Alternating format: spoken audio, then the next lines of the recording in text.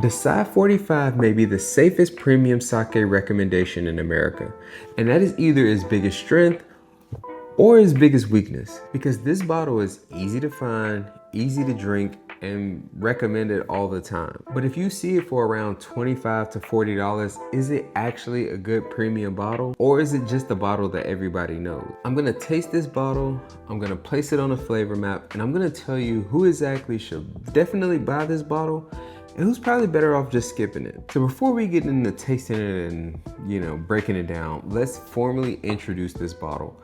This is the Dassai 45 Junmai Daiginjo from the Yamaguchi Prefecture, and like the name states, it is from the Dassai brewery. For a lot of people, this is gonna be that first reference point for chilled premium sake. That bottle that you can actually take home, chill, and really start to dissect in a way that you probably didn't really try and do with other bottles of sake. And this was also that bottle for me. And that's the real test for me.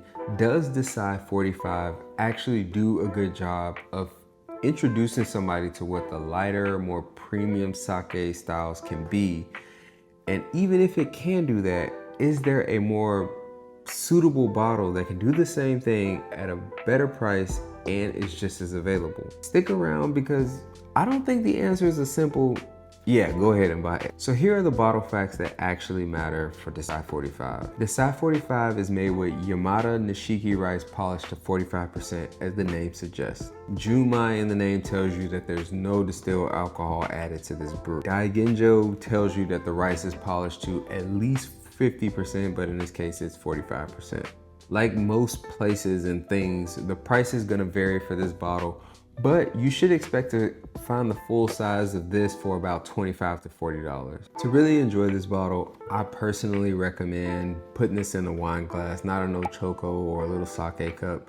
Make sure it's chilled, and that's just the best way for me to experience it, because you're gonna get those aromas funneled up to your nose.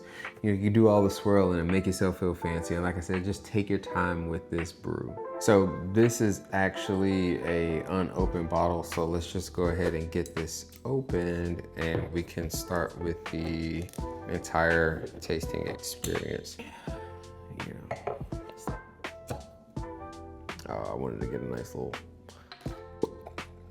all right, nice little bubbles there. It's not as sparkling, but you can probably get that color on camera.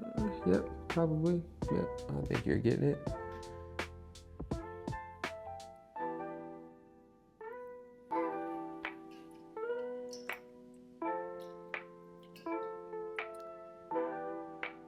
See, on the nose, it's pretty mild. Maybe a little bit milder than I actually remember, and I don't know. So like, full disclosure, I did just pretty much finish off a bottle of Suige Daiginjo. And this is like a very light fruit that I'm getting. It's got some pretty nice legs. You may or may not be able to get that on camera. Nope, probably slightly. Yeah, it's got some nice legs on this as well. It's almost like fruit. It's a very light fruit note that I'm getting on the aroma, but almost like not anything intense, like almost like, how melon, like it has more of a taste than it has like any real aroma. That's really what I get on this glass. But let's just go ahead and get it on the palate.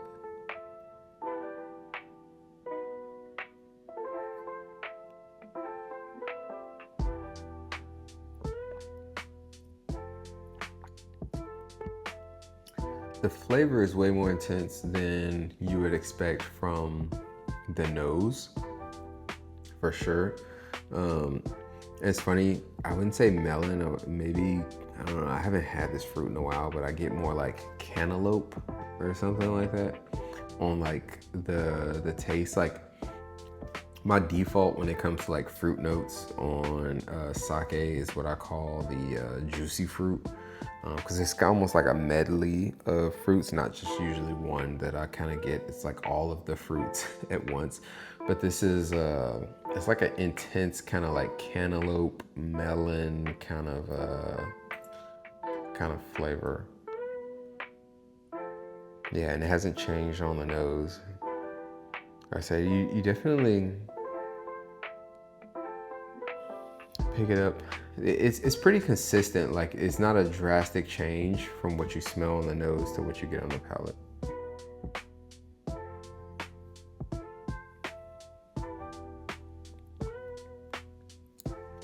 It's got a decent body too. It's not super thin. Yeah, I mean, and you can kind of tell from the, well, I can tell from the legs. It's got a good body. The nose and palate like are pretty good, like complements to each other. Like, it's not super drastic as far as like what you get on the nose. Like, the actual aroma is not necessarily intensity. Like I said, the flavor intensity is stronger than the aroma intensity, but you know, you're not struggling to get those aromas out of this glass either. The body's pretty good. Yeah, it's just, I haven't had this one in a minute, probably since the last time I did the video that incorporated this. I don't remember if I actually tasted this. I'm sure I drank it off screen if I didn't actually drink it in the video. But yeah, that is the Dassai 45. I'll probably just keep sipping on this throughout. So, full disclosure, Dassai 45 is not the deepest, most complex sake I've ever had in my life. If you already know you're more into like those umami, more earthy notes in sake in general, this probably just isn't the sake for you, just being upfront about it. But if you're somebody who's just getting into premium sake, boring is probably what you actually need. You don't need the strangest, most bizarre, funky sake on the shelf. You need just a good starting point. And Dassai 45 does a really good job of giving you that starting point for what a Junmai Daiginjo is supposed to be. This is a good opportunity to bring up how Dassai and Gekkeikan are pretty much a tale of two sakes. They're both really big sake brands in the United States, but their perceptions and how they're talked about in sake communities couldn't be further apart. Gekkeikan gets treated like, let's just say, the very, very basic and almost undesirable sake brand. And Dassai gets the premium red carpet treatment. But when you actually get down to what's in the bottle, that doesn't make one either better or worse than the other. It just shows that scale is not the whole story when it comes to the perception of these two breweries. The real thing is whether the scale and the decision points of how these two breweries decided to scale are what you actually want, because there's a place for both of them.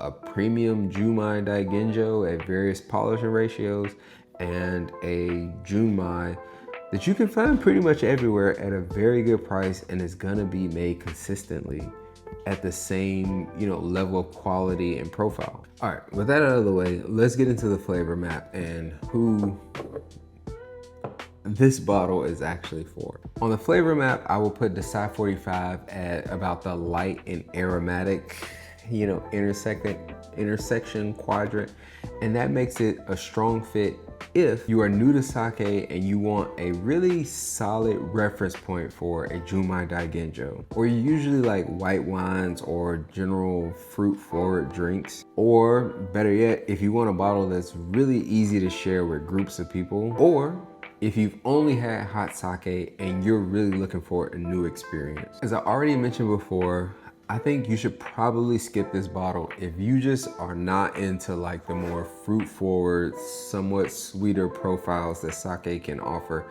If you're the umami, savory, earthy guy, this just isn't for you. I would also not pay more than $40 for this bottle. So if you see this for around that price, honestly, it starts to enter a space in which you're really comparing it to some bottles that a lot of people could argue are better than this at $40. If you want to pair this with food, I would keep it pretty light. This isn't anything that's gonna cut through like a steak probably pair this with some, white meat that's lightly seasoned or some fish. Don't get too adventurous outside of that. Maybe some decent cheeses as well. If you want to really explore this style, compare it to other Junmai Ginjos or Junmai Daiginjos at around the same price range. There are some Hakai-san and Kubota offerings that'll give you something similar where it's like that clean and decently restrained profile that you get out of the 45. If you want something a little bit more floral, there's the Dewazakura Oka. I think I'm pronouncing that right on this steak. And if you really want to make a departure from this style, you have all of the Yamahais, the Kimotos, or just the Junmai sake offerings. So with all that said, is the Dassai 45 actually worth buying? For the right person, yes. I'd say the Dassai 45 definitely earns its reputation as a solid starting point. Just don't let it become your only reference point for what sake is, let alone a Junmai Daiginjo. Use it to understand one style and then keep exploring everything else that sake has to offer. So I am curious, for those that have had the Dassai 45, what was your experience like? Was it overwhelming? Was it underwhelming? Was it, pretty much meeting your expectations? Because I know some people hype stuff up and then, now you have all this stuff in your head on what the experience is supposed to be. So what was your first experience like with the Dassai 45?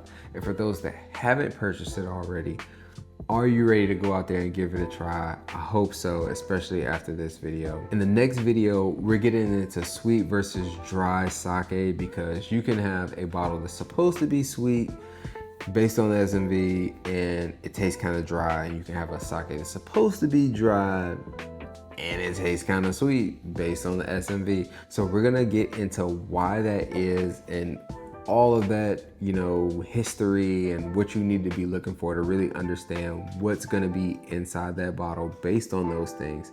So if you don't wanna miss that, make sure you subscribe to the channel, be on the lookout for that video and everything else sake related that's to come, because I promise you there's a lot more content on the way. But until then, we'll keep learning, we'll keep sipping. Until the next one.